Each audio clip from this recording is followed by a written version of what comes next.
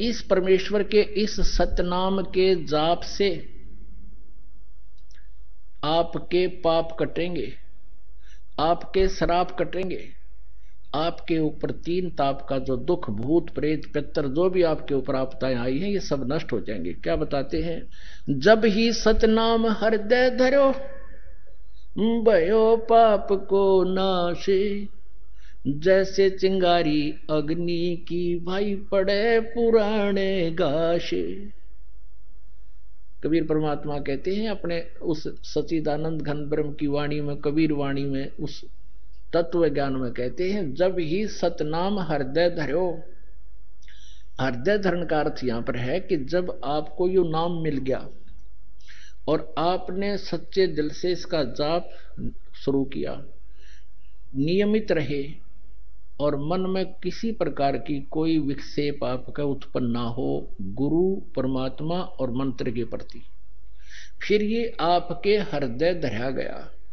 उसके बाद जब तुम सुमन करोगे सच्चे दिल से और बिल्कुल निशंका होकर के, निसंसित होकर के, फिर देखना इसका कितना कमाल होता है। तो जब ही सतनाम हृदय धरो, भयो पाप को नाश, और मानो चिंगारी अग्नि की पड़े पुराने घास। 1000 क्विंटल और चाहे 1000 टन सूखा घास अडंगा पड़ा हो कहीं पर, और उसको ढोण लग गया आदमी, कदे भी ना उठा ना कितना दरिया जा, एक माचिस की सीख जलाकर चिंगारी ला दे, उसमें सारे नफ्सों आकर के राख बना दी और चलेगी तेज हवा, इधर उधर बखेर कर उसको कति क्लियर कर देंगे।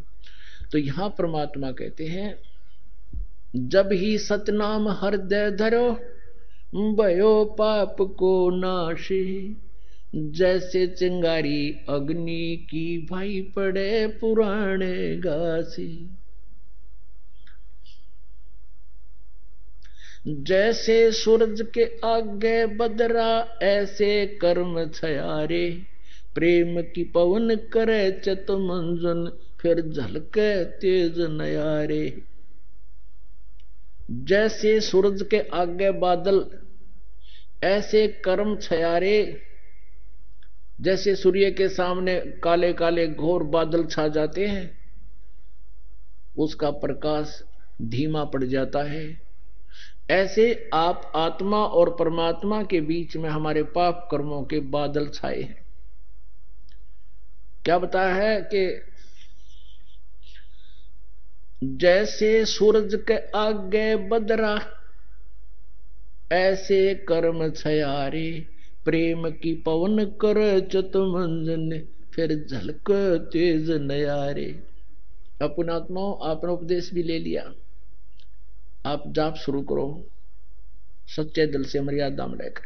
कुछ दिनों के बाद क्या होगा कि इस मंत्र से आपके असंख्य जन्मों के पाप जो संचित भी हैं, संचित भी वर्तमान में जो कर रहे हैं, ये भी समाप्त हो जाएंगे। क्योंकि प्रतिदिन हम जाप करते हैं, जैसे साबुन लगाते हैं, कपड़ा साफ हो जाता है, डेली मैला भी होता है, साफ हो जाता है।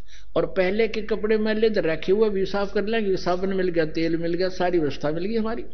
तो पहले के संचित और प्रारब्ध और क्रियमान, इन तीनों कर्मों का इस सतनाम के जाप से नाश होगा। कैसे होगा? कि जब आपके पाप कुछ कम हो जाएंगे, इस लगे रहोगे। जैसे कि आपने देखा हो, ये मोटर मैकेनिक होया करें, उनके कपड़े इतने मैले हो जाते हैं, उनके कलर का नहीं पता ये कौन से कलर का है, और फिर उसको कोई साफ करने लगे तो 2, 4, 10 बार साबुन लाने से तो उसका थोड़ा थोड़ा सा मैल और वो कपड़ा दिखने लगेगा, ये कपड़ा भी है कि मैं और अड़ंगा है। और फिर उसको बार बार फिर धोएंगे, साफ करेंगे, तो धीरे धीरे साबुन से ना होगा तो पेट्रोल से ड्राई क्लीन करेंगे तो वो कपड़ा साफ होगा। तो ऐसे ही पुण्यात्माओं, हमने कहते हैं योगन योगन की वासना हुई इकट्ठी आने, निर्मल कैसे होवेगा तेरे सतगुरु लगे ना काने। युगन युगन की वासना, युगों युगों के इतने पाप कर्म हो गए इकट्ठे आन, और निर्मल कैसे होगा? कोई सतगुरु तत्वदर्शी संत परम संत तुझे मिला नहीं, वो सतगुरु लगे नहीं कान, यानी उनके वचन सुनने को नहीं मिले। और जब आपके हृदय में, फिर कुछ दिनों के बाद क्या होगा? आपके हृदय में एक ऐसी पवित्र प्रेम उत्पन्न होगा भगवान के प्रति। पहली बार तो आप सत्संग सुनते हो, 2-4 बार तो ये ज्ञान सुनने को भी अच्छा नहीं लगता। धीरे धीरे आपको इतना आनंद आओगा फिर, क्योंकि जैसे मलेरिया के बुखार में, जवर में इंसान को, व्यक्ति को खाना भी कड़वा लगे, सेब संतरे भी कड़वे लगते हैं, टेबलेट खाने से, यानी कड़वी टेबलेट ही खानी पड़ती है। कहां तो वो रोटी भी खाना नहीं चाहता, वो भी कड़वी लग रही है, उस कड़वी को मीठा बनाने के लिए कड़वी टेबलेट ही खानी पड़ती है, कुनीन खानी पड़ती है, न चाहते हुए भी खानी पड़ती है। तो ऐसे इस ज्ञान को, और फिर मंत्र के मिल जाने पर सुमरण, उसके ऊपर विशेष कसक से जाप करने को आपने न चाहते हुए कुनीन की तरह खाना ही पड़ेगा, करना ही पड़ेगा। तो प्रारंभ में आपको मजबूरी सी होगी कि ये तो बता दिए इतने मंत्र गुरु जी ने, ये कैसे होंगे? अरे सुबह से लेकर शाम तक मजदूर कस्सी बजावे, किसान हल जोता है, सारा दिन फद्दर फद्दर पता नहीं कहां तक पहुंच जाते हैं। क्या भगवान का बैठ कर चलते फिरते मंत्र नहीं कर सकते हम? कुछ दिनों के बाद फिर इस मंत्र के बिना आपका दिल भी नहीं लगेगा। तो जैसे बुखार किसी को हो, जबर हो गया है, तो प्रारंभ में उसको रोटी भी अच्छी नहीं लगती, कुनीन खाने से, कड़वी कुनीन ही खाने से, न चाहते हुए भी खाने से, फिर कुछ दिनों के बाद उसका जबर ठीक हो जाएगा। फिर वही मीठी वस्तु आपको जो पहले कड़वी लगती थी भोजन, अब वो स्वादिष्ट लगेगा। अब जैसे परमात्मा कहते हैं, कबीर पिछले पाप से हरि चर्चा ना भावे, कै ऊंग कै ऊठ चले ना और बात चलावे। तुलसी पिछले पाप से हरि चर्चा ना भावे, जैसे जबर के बेगते भाई भूख विदा हो जावे। तो ऐसे आत्मा के ऊपर पाप कर्मों का जबर हो गया, और इस जबर का नाश करने के लिए ये कड़वी टेबलेट, ये सत्संग वचन जो आज तक आपने सुने नहीं, एक बार तो विद के आदमी इस ज्ञान को सुनकर, एक बार तो ऐसा है जैसे जीभ के ऊपर कुनीन रख दी, ये बताते हैं ब्रह्मा विष्णु महेश से ऊपर कोई और शक्ति है, लेकिन इस कुनीन को आपने खाना चाहिए, इस तत्व ज्ञान को सुनते रहना चाहिए। फिर क्या होगा? कुछ दिनों के बाद ये मंत्र आपको दिया जाता है, तो कुछ दिन तो भक्त आते हैं, शिकायत प्रार्थना करते हैं कि सतनाम चलता नहीं, ज्यादा नहीं होता।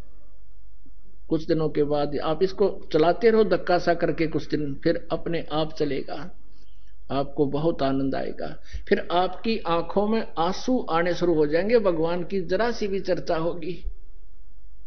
तो क्या बताते हैं?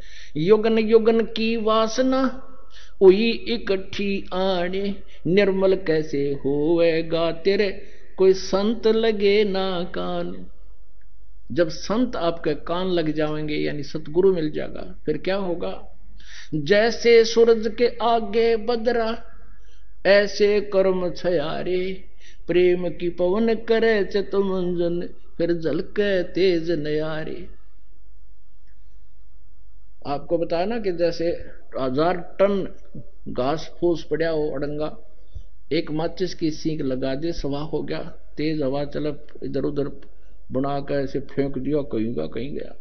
तो क्या बताते हैं कि असंख्य जन्मों की वासनाएं, तुम्हारे पाप कर्मों को परम संत से प्राप्त उस सतनाम के मंत्र से सभा कर दिया जाएगा, और फिर प्रेम की पवन करे चितमंजन, झलके तेज नयारे।